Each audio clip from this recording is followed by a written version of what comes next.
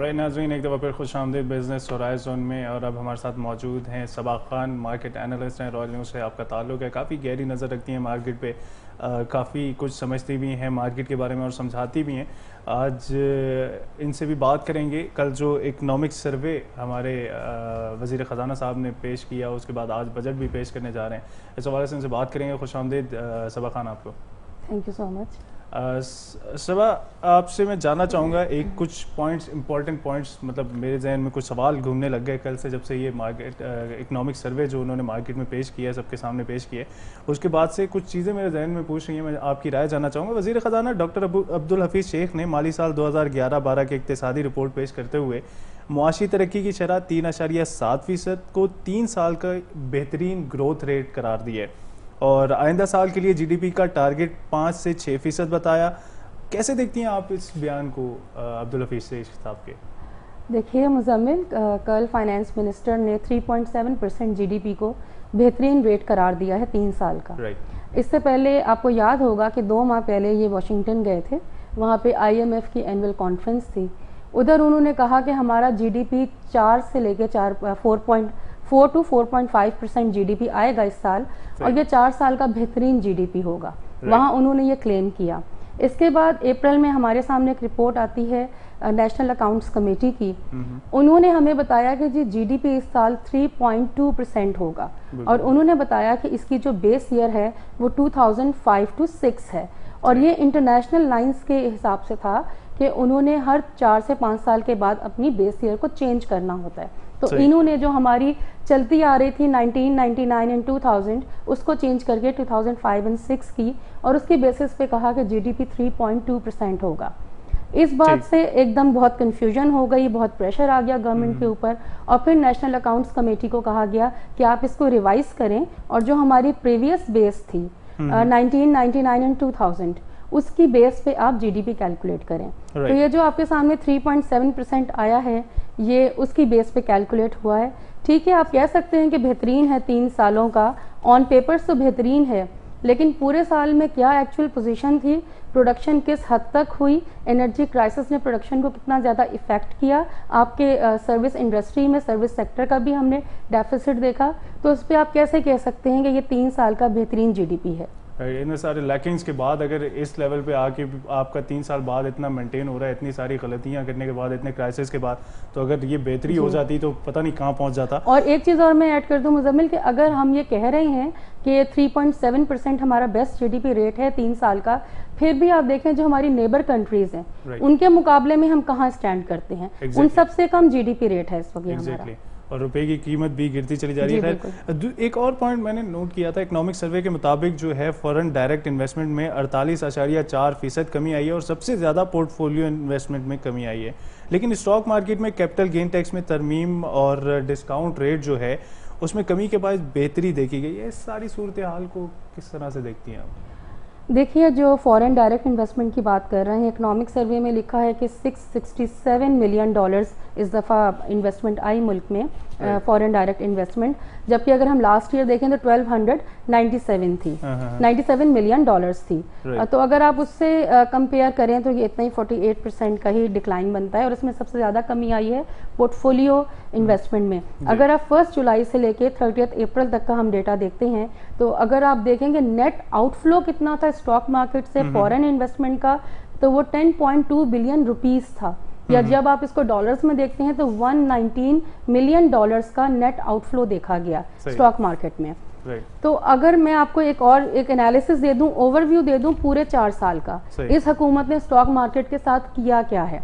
आज ये कह रहे हैं कि जो स्टॉक मार्केट हमें सेकंड हाफ में बहुत बेहतर परफॉर्म करती हुई नजर आई है, तो मैं आपको ये बता दूंगी 2008 में स्टॉक मार्केट कहाँ पे थी जब यह हुकूमत आई। उस वक्त स्टॉक मार्केट ने ऑल टाइम हाई लगाया था, पाकिस्तान की हिस्ट्री का हाई था 15,740, 40 पॉइंट्स लेवल पे मार्केट पहुंची थी अप्रैल 2008 में।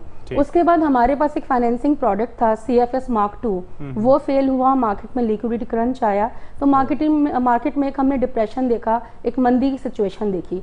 लेकिन वो ऐसी सिचुएशन नहीं थी, उस वक्त क्रंच पूरी दुनिया में आया था, ऐसी सिचुएशन नहीं थी कि आप उसको कंट्रोल ना कर सकते। हमारी हुकूमत से वो सिचुएशन कंट्रोल नहीं हुई, कभी इन्होंने कैप और फ्लोर की परसेंटेज को चेंज किया, कभी कोई और रेगुलेशन लेकर आए।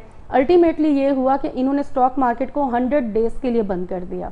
किसी मुल्क में ऐसा नहीं होता कि स्टॉक मार्केट 100 डेज के लिए बंद हो जाए। आप देख लें, अमेरिका में कुछ हुआ, इजिप्ट में कुछ हुआ, जहां हंगामे हुए, सब कुछ हुआ, उनकी स्टॉक मार्केट इतने दिनों के लिए बंद नहीं हुई। हमारी मार्केट बंद कर दी गई 100 डेज के लिए। उसके बाद क्या, ये 9100 के अराउंड इन्होंने बंद की मार्केट। अच्छा, अगर आपने मार्केट को फ्रीज कर दिया तो आपने जो ऑफ मार्केट ट्रांजैक्शंस थी उनको क्यों ओपन रहने दिया? आपने उनको ओपन रहने दिया, वहां डील्स होती रहीं, तो जिस वक्त मार्केट खुलती है दिसंबर में तो वो 5800 के पॉइंट पे चली जाती है। ये मार्केट ने लो लगाया एक साल के बीच में, कहाँ 15700 के लेवल पे और कहाँ 15800 के लेवल पे। फिर 2009 आता है हमारे पास, वो एक रिकवरी का साल है, क्योंकि प्राइसेस इतनी कम हो गई थी, मार्केट तकरीबन 75% to 85% गिर चुकी थी, स्टॉक्स वैल्यूएशन भी इतनी कम हो गई थी, अट्रैक्टिव थी मार्केट, तो उसमें थोड़ी सी इन्वेस्टमेंट हुई, वो हमारा रिकवरी का साल गिना जाता है 2009 का। 2010 आता है, 10 के स्टार्ट होते ही कैपिटल गेन टैक्स की बातें शुरू हो जाती हैं और अल्टीमेटली उसको बजट में नाफिज कर दिया जाता है। उसके बाद हमारे पास सैलाब आ गया, उस सैलाब की वजह से इकोनॉमी बहुत ज़्यादा इफेक्ट हुई, क्रॉप्स इफेक्ट हुई, ओवरऑल इकोनॉमी पे बहुत ज़्यादा बैड इम्पैक्ट आया। 2010 इसकी सैलाब और कैपिटल गेन टैक्स की नज़र हो गया। 2011 आता है, बहुत ही डल साल रहा ये एक्टिविटी के हिसाब से, क्योंकि 2011 वो साल था जब कैपिटल गेन टैक्स कैलकुलेट होना था, रिटर्न्स फाइल होनी थी इसकी। उस साल भी मार्केट में कोई काम नहीं हुआ, और अगर आप दिसंबर में देखें, दिसंबर 2011 में, तो ये 13 साल का कम तरीन वॉल्यूम था, इतना ज़्यादा स्टॉक मार्केट ने डिक्लाइन लिया। अब 2012 स्टार्ट होता है तो कैपिटल गेन टैक्स में तरामीम कर दी जाती है, वो नाफिज होंगी, अभी उसका बिल पेश होगा, और साथ ये कहा गया कि जी कॉर्पोरेट टैक्सेस को कम कर दिया जाएगा। तो स्टॉक मार्केट के हिसाब से और कॉर्पोरेट सेक्टर के हिसाब से कुछ पॉजिटिव खबरें थी, और वैसे भी हमारी मार्केट अट्रैक्टिव थी।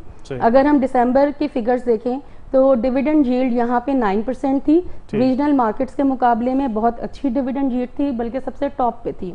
दूसरी तरफ पी मल्टीपल्स देखें तो 6 टाइम्स के अराउंड थे, और वो भी रीजनल मार्केट के मुकाबले में सबसे चीप मार्केट थी। तो नेचुरली ऐसा होना था कि इन्वेस्टमेंट पाकिस्तान की तरफ आ गई, और हमने 2012 में मार्केट में अच्छे गेंस देखे हैं, और 14,700 के लेवल को मार्केट ने टच किया है। 2008 के बाद से इस साल 2012 में 14,700 के लेवल को मार्केट ने टच किया। तो ये सारा सिनेरियो था स्टॉक मार्केट का। लेकिन इसमें आप देखें, स्टॉक मार्केट के काम में जो हम कहते हैं जी फॉरेन डायरेक्ट इन्वेस्टमेंट हमारी चली गई है, क्यों चली गई है?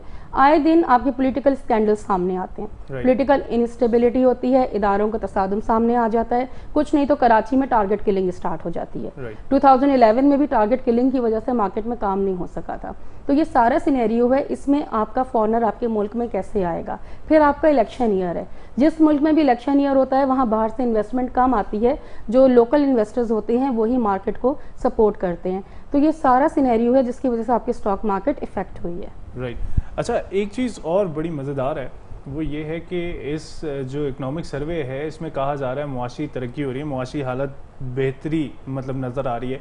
और दूसरी तरफ जब ये इकनॉमिक सर्वे पेश किया जा रहा था उस वक्त डॉलर तारीख की मतलब बुलंद तरीन सतह पे था रुपए की निस्बत, रुपए के सामने, ठीक है? तो इसको आप किस तरह से देखती हैं? ये तजाद नहीं है? मतलब कहा जा रहा है कि मुआशी बेहतरी आ रही है तो रुपया नीचे कैसे जा रहा है, या रुपया नीचे जाता है तो बेहतरी आती है? इस तरह तो बहुत बेहतरी लाई जा सकती है। देखिए, मैं आपको पहले ही बता दूं कि डीवैल्यूएशन होती कैसे है। डीवैल्यूएशन की 2 फॉर्म्स हैं। एक तो हुकूमत खुद अपनी करेंसी को डीवैल्यू करती है कुछ ट्रेड बेनिफिट्स लेने के लिए, और दूसरी टाइप की जो डीवैल्यूएशन है वो आपके मैक्रो इकोनॉमिक्स की बेस पे होती है। जब आपका वीक इकोनॉमिक डेटा आता है तो आपकी करेंसी डीवैल्यू हो जाती है। हम इस सेकंड कैटेगरी में फॉल करते हैं। अगर आप मैक्रो इकोनॉमिक्स पे नज़र डालें, आपको यहाँ करंट अकाउंट डेफिसिट भी नज़र आता है 3.4 बिलियन डॉलर्स का, आपको ट्रेड डेफिसिट भी नज़र आता है 17.6 बिलियन डॉलर्स का। हमारे पास फॉरेन डायरेक्ट इन्वेस्टमेंट है नहीं, ठीक है? इसके बाद हमारे पास ना कोई एक्सटर्नल रिसोर्सेज हैं, ना पाकिस्तान को कोई लोन मिला है, ना एड मिली है, ना फॉरेन इन्वेस्टमेंट आई है, तो एक्सटर्नल रिसोर्सेज तो आपके ब्लॉक हो गए। सही। अब आपके पास इंटरनल रिसोर्सेज आ गए हैं। वो क्या है कि आप बैंकों से पैसा लेते रहें। स्टेट बैंक ने अभी 4 मई की रिपोर्ट है, 1 जुलाई से लेके 4 मई तक 1.058 trillion rupees local banking sector से लोन लिया है। सही। ठीक है, उसमें आप जब देखते हैं कि स्टेट बैंक से कितना लिया है, तो 442 बिलियन रुपीस इसने स्टेट बैंक से कर्जा लिया और बाकी कमर्शियल बैंकों से कर्जा लिया। अब आप इसको लास्ट ईयर से कंपेयर करें तो ये 58% ज़्यादा है जितना लोन गवर्नमेंट ने लिया बैंकों से अपने अखराजात पूरे करने के लिए या बजट सपोर्ट के लिए, आप कह लें, इन्होंने लिया। सही। तो जब इस तरह की सिचुएशन होगी कि आप अपने इंटरनल रिसोर्सेज को ही यूज़ किए जा रहे हैं, आप एक्स्ट्रा करेंसी प्रिंट कर रहे हैं, डेली बेसिस पे 3 से 4 अरब रुपए आप प्रिंट कर रहे हैं और उसके मुकाबले में आपकी ग्रोथ नहीं आ रही, प्रोडक्शन नहीं आ रही, तो आपकी करेंसी डी वैल्यू होनी है। और कल हमने देखा कि 95 रुपए तक $1 की कीमत चली गई, जो हमारी इकोनॉमी के लिए शॉर्ट टर्म में भी और लॉन्ग टर्म में भी बहुत अलार्मिंग सिचुएशन है, एक बहुत ही नेगेटिव इंडिकेटर है। राइट। अच्छा, एक चीज़ और है, नेशनल सेविंग इस साल कम होके पिछले साल 13.2% थी, इस साल जो है 10.7% रह गई है। आवाम किस तरह से सेविंग करे? इतनी महंगाई होती जा रही है, क्या गाइड करेंगी किस तरह से सेविंग करे? और मैं तो समझता हूँ कि ये 10.7 जो आवाम ने ये मतलब की है सेविंग, ये भी बड़ी बात है। सो क्या गाइड करेंगी, क्या किस नज़र से देखती हैं आप इस सारे सिनेरियो को? आप कह रहे हैं कि 10.7% हो गई है और लास्ट ईयर 13.2% थी नेशनल सेविंग्स। अगर आप इस वक्त लास्ट ईयर का इकोनॉमिक सर्वे, इक्तिसादी रिपोर्ट हमारी कहती है। जी जी बिल्कुल, वो जाहिर आप अपने पास से तो नहीं कह रहे, फाइनेंस मिनिस्टर साहब की ही सारी कोटेशंस हैं। अगर आप इस वक्त लास्ट ईयर का इकोनॉमिक सर्वे उठा के देखें तो उसमें लिखा हुआ है कि जी 2010 और 11 की बात कर रही हूँ कि इस साल जी हमारी जो नेशनल सेविंग्स हैं वो 13.8% हो गई हैं 15.4% से। यानी आप देखें पहले 15.4% थी 2009 में, उसके बाद वो वहाँ से कम होकर 13.8% हो गई, जिसको अब ये कह रहे हैं कि नहीं वो 13.2% थी, और अब उससे भी कम होकर 10.7% हो गई है। ग्रेजुअली आप डिक्लाइन देखें नेशनल सेविंग्स में, तो ये क्या जाहिर करता है कि आपकी इतनी महंगाई है, आपके लोगों के पास ना तो परचेजिंग पावर है, ना उनके खर्चे पूरे होते हैं। जब उनके खर्चे ही पूरे नहीं होते तो उन्होंने सेव क्या करना है और उसको इन्वेस्ट क्या करना है। तो एक और मज़े की, काफ़ी मज़े की बातें हैं आज, काफ़ी मज़ा आ रहा है प्रोग्राम करने में। एक और मज़े का पॉइंट जो वज़ीर ख़जाना डॉक्टर अब्दुल हफीज़ शेख साहब ने बात की है, उन्होंने कहा टैक्स कलेक्शन में इस साल जो है तारीख रकम हुई है और 25% टैक्स कलेक्शन में इजाफे की निशानदेही की उन्होंने, लेकिन उन्होंने ये भी कहा कि अमीर तबका टैक्स नहीं देता। ये बड़े मज़े की बात है कि फाइनेंस मिनिस्टर कहते हैं कि अमीर तबका टैक्स नहीं देता। वो बता रहे हैं कि शिकायत कर रहे हैं, ये हमें समझ में नहीं आया क्योंकि वो हुकूमत में खुद बैठे हुए हैं। और अगर अमीर तबका टैक्स नहीं देता, और अगर आपको पता भी है कि टैक्स चोरी कितनी है, अगर ये पता है कि टैक्स चोरी कितनी है तो फिर ये भी पता होगा कि टैक्स चोरी कर कौन रहा है। और अगर आपको ये पता चल जाए कि टैक्स चोरी कर कौन रहा है तो फिर उनके खिलाफ कोई एक्शन क्यों? और एक सॉरी टू से यहाँ पे एक चीज़ मैं और देखना मतलब नज़र डालना चाहूँगा, मतलब मेरी नॉलेज में जहाँ तक है, जितने भी बड़े बड़े इंडस्ट्रियलिस्ट हैं वो तो खुद इस वक्त जो है हुकूमत के साथ अटैच हुए हैं, या तो उनको वजारतें दी गई हैं या फिर वो किसी भी तौर हुकूमत के साथ अटैच हैं। तो अगर अमीर हुक्मरान तबका टैक्स नहीं देता तो यूं कह लिया जाए कि या तो हुक्मरान तबका टैक्स नहीं देता या तो हुक्मरान जो है वो टैक्स नहीं देते, तो ज्यादा देखिए ना, फिर फाइनेंस मिनिस्टर साहब को ज्यादा बेहतर पता है कि अमीर तबका टैक्स नहीं देता, क्योंकि वो जानते हैं कि कौन लोग टैक्स नहीं देते। बहरहाल हम इस पर ज्यादा नहीं डिस्कशन करेंगे क्योंकि ये थोड़ा पॉलिटिकल साइड पे हो जाएगा, हम इकोनॉमी को ही यहाँ पे डिस्कस करते हैं। उन्होंने कहा कि जी 25% इंक्रीज आया है टैक्स कलेक्शन में, और ये बहुत ही हिस्टोरिक फिगर है और बहुत उन्होंने इस चीज को अप्रिशिएट किया। हमने मान लिया कि 25% इंक्रीज आया टैक्स कलेक्शन में। अब आपका रेवेन्यू इंक्रीज हुआ ना, अब आप दूसरी तरफ देखें कि आपके एक्सपेंसेस कितने इंक्रीज हुए हैं। आपका इंपोर्ट बिल साल में 44% इंक्रीज हुआ, आपका इंपोर्ट बिल 15% इंक्रीज हुआ है। तो ये वाला इंक्रीज है उसको आप कहाँ पे अकोमोडेट करेंगे? अब ये भी तो देखें ना, अगर आपका थोड़ा सा रेवेन्यू इंक्रीज हुआ है तो इंपोर्ट्स पे आपका कोई कंट्रोल नहीं है। हमारे यहाँ वो चीज़ें भी इंपोर्ट की जाती हैं जिनके लोकल सब्स्टिट्यूट्स मौजूद हैं, लग्जरी आइटम भी इंपोर्ट किए जाते हैं, फिर उनकी इन्वॉइसिंग को कोई नहीं चेक करता, और भी बहुत ज़्यादा इंपोर्ट्स में मसले मसाइल हैं, उन पे चेक्स नहीं हैं। मार्जिन्स को नहीं चेक किया जाता। ये सारी चीज़ें जब आप देख रहे हैं कि इम्पोर्ट बिल बढ़ रहा है, ऑयल बिल बढ़ रहा है, ऑयल बिल तो बढ़ेगा क्योंकि हमारी ज़रूरत है, हमने उसे इम्पोर्ट करना है, फिलहाल इंपोर्ट करना है क्योंकि हम अल्टरनेटिव रिसोर्सेज की तरफ नहीं जाते, हम डोमेस्टिकली उसको प्रोड्यूस नहीं कर रहे। तो अगर एक चीज़ ज़रूरी है तो जो बाकी अननेसेसरी चीज़ें हैं उनको कंट्रोल क्यों नहीं किया जाता। बिल्कुल ठीक। अच्छा, एक चीज़ और यहाँ पे मैं आपसे बात करना चाहूँगा। वज़ीर ख़जाना का कहना है कि मुल्क में बेरोज़गारी की शरह 5.6% से बढ़ के 6% हो गई, जबकि महंगाई में कमी आई है। और ये भी कहा उन्होंने कि इंडस्ट्रियल ग्रोथ 1.8% उन्होंने कहा है, और जबकि टारगेट जो था वो 2% था। इस पॉइंट पर क्या राय रखती हैं आप? देखिए, ये तो एक बहुत ही कॉम्प्रिहेंसिव क्वेश्चन है जो आपने मुझसे किया है। सबसे पहले हम अनएम्प्लॉयमेंट को देख लेते हैं। अनएम्प्लॉयमेंट उन्होंने कहा है, बहुत उन्होंने माइनर सी फिगर दी है कि जी इतना इंक्रीज आया, आई थिंक 5.6% से आप कह रहे हैं 6% हो गई है, और लास्ट ईयर भी ऐसी ही फिगर थी। ठीक, तो बहुत ही माइनर फिगर उन्होंने दी है, जबकि ऐसा नहीं है, अनएम्प्लॉयमेंट बहुत ज़्यादा बढ़ी है। अगर हम सिर्फ फैसलाबाद को ले लें, उसको एक केस स्टडी बना लें, तो फैसलाबाद का क्राइसिस आपको पता है, उनको 180 डेज गैस नहीं मिली, उसकी वजह से कितना ज़्यादा क्राइसिस आया, कितने लोग अनएम्प्लॉयड हुए। जो रजिस्टर्ड डेटा है उनके पास, उसके मुताबिक 3 से 4 लाख मजदूर अनएम्प्लॉयड हो चुके हैं। सही। और ये वो डेटा है जो रजिस्टर्ड है। वो लोग जो डेली वेजेस पे काम करते हैं या जो पार्शली एम्प्लॉयड हैं, उनका डेटा अवेलेबल नहीं है, रिकॉर्ड ही नहीं है उनको। वो अगर बुला लिया जाए तो पता नहीं कितने लोग अनएम्प्लॉयड हुए वो समझ में नहीं आता किसी को, और उन पे क्या क्राइसिस आए, वो किस तरीके से अपनी ज़रूरियात को पूरा करेंगे, अपनी फैमिली के एक्सपेंसेस को किस तरह पूरा करेंगे, किस तरह फूड प्राइसेस में हमने इंक्रीज देखा है, आटे में इंक्रीज देखा है, रोटी में इंक्रीज देखा है, तो किस तरीके से वो अपने घर वालों के लिए खाने पीने की अशिया ले सकते हैं, ये यहाँ पे एक बहुत बड़ा क्वेश्चन मार्क है। दूसरा, महंगाई की बात कर रहे हैं कि जी महंगाई कहा गया कि कम हो गई लास्ट ईयर से, हम इससे भी एग्री नहीं करते और इसमें मैं कोई कॉमेंट नहीं करना चाहती, क्योंकि आप किसी कॉमन मैन से भी पूछ लें कि लास्ट ईयर उसके घर की ग्रॉसरी कितने की आती थी, आज कितने की आ रही है, वो पहले फ्यूल के लिए कितना पे करता था, फ्यूल के लिए अब वो कितना पे करता है, नंबर ऑफ कमोडिटीज जो उसकी जरूरत है, उस बास्केट की प्राइस पहले कितनी थी और अब कितनी हो गई है। महंगाई में कमी आई है। इंटरनेशनल मार्केट में जो है 15% पेट्रोल कम हुआ है और हमारे पास 3 रुपया कम नहीं। देखें, वो अभी सिर्फ आप देखें, ये लास्ट 2 मंथ्स में हुआ है।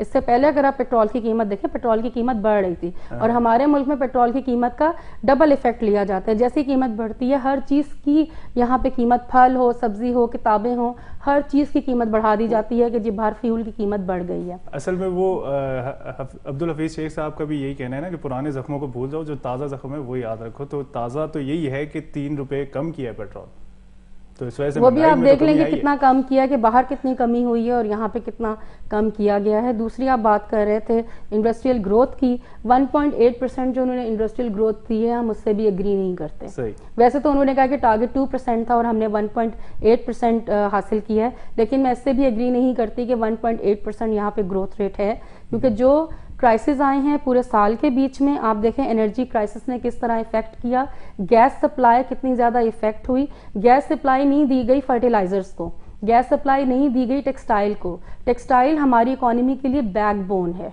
सबसे ज़्यादा एक्सपोर्ट्स उसकी होती है, 55% एक्सपोर्ट्स में कंट्रीब्यूशन है टेक्सटाइल्स का। उनको 180 डेज आप गैस सप्लाई नहीं कर रहे, और अब अगर गैस उनको मिल भी गई है तो अब उनके पास इलेक्ट्रिसिटी का इशू है, उनको बिजली नहीं मिल रही है। उसके बाद आप क्या कर रहे हैं कि घरों में गैस मिल रही है, चलें ठीक है, अगर हम उसको भी एग्जाम्प्ट कर दें कि घरों में गैस मिल रही है, सस्ती गैस मिल रही है, आप ये बताएं कि हमने गाड़ियां अगर रखनी है, हम उसको भी गैस पे चलाएंगे? राइट। आप उनको फ्यूल यूज करने दें। यहाँ पे मैं सॉरी आपको इंटरप्ट कर रहा हूँ, छोटा सा एक हमें एक मतलब टाइम बहुत कम रह गया, बिल्कुल शॉर्टेज है हमारे पास टाइम की। आप मुझे जल्दी से ये बता दीजिएगा, ये जो आज बजट पेश होने जा रहा है, इसमें कोई अच्छी तवक्कुआत रखनी चाहिए, अगर हैं तो क्या है? इसमें मैं आपको कुछ थोड़ी सी वर्किंग है वो हम आपको बता देते हैं। जो एक्सपेक्टेशन है कि इस बजट में पब्लिक डेवलपमेंट प्रोजेक्ट्स हैं, इनके लिए ज़रा एलोकेशन ज़्यादा रखी जाएगी, क्योंकि ये जो बजट है बेसिकली इलेक्शन बजट है। इस गवर्नमेंट का लास्ट बजट है, उन्होंने इसमें इस तरह की फैसिलिटेट करना है पब्लिक को, थोड़ा सा उनको वोट बैंक उनका इंक्रीज हो जाए। तो पब्लिक डेवलपमेंट प्रोजेक्ट्स के लिए यहाँ पे एलोकेशन ज़्यादा रखी जाएगी।